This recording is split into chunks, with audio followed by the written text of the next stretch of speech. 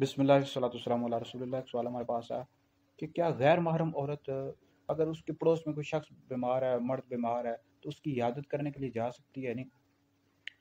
देखिए, इस हवाले से मुस्लिम शरीफ में एक तवील रिवायत मौजूद है कि हज़रत सैयदना सिद्दीक़ अकबर रज़ी अल्लाह ताला अन्हु और हज़रत सैयदना उमर बिन ख़त्ताब फ़ारूक़ आज़म रज़ी अल्लाह ताला अन्हु के हवाले से मिलता है कि वो दोनों हज़रात हज़रत सैयदा उम्मे ऐमन रज़ी अल्लाह ताला अन्हा से मुलाकात के लिए गए हैं।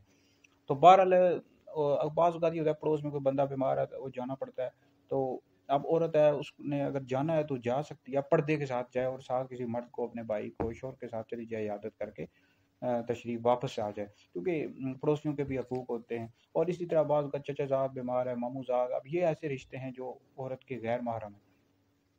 तो इसमें भी यही होता है कि औरत को चाहिए कि वो पर्दे के साथ जाए, इयादत करे। साथ ये होता है अपने भाई को ले जाए या बेटे को ले जाए, यानी कोई साथ मर्द को भी ले जाए, ठीक है जी, तन्हा औरत को नहीं जाना चाहिए।